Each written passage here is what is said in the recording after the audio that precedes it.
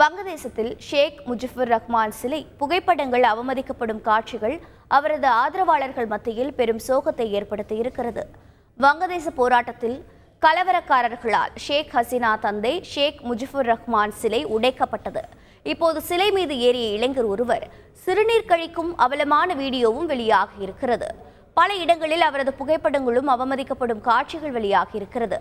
வங்கதேச வரலாற்றில் ஷேக் முஜிபுர் ரஹ்மான் வங்கதேசத்தின் தந்தை என போற்றப்படுபவர்.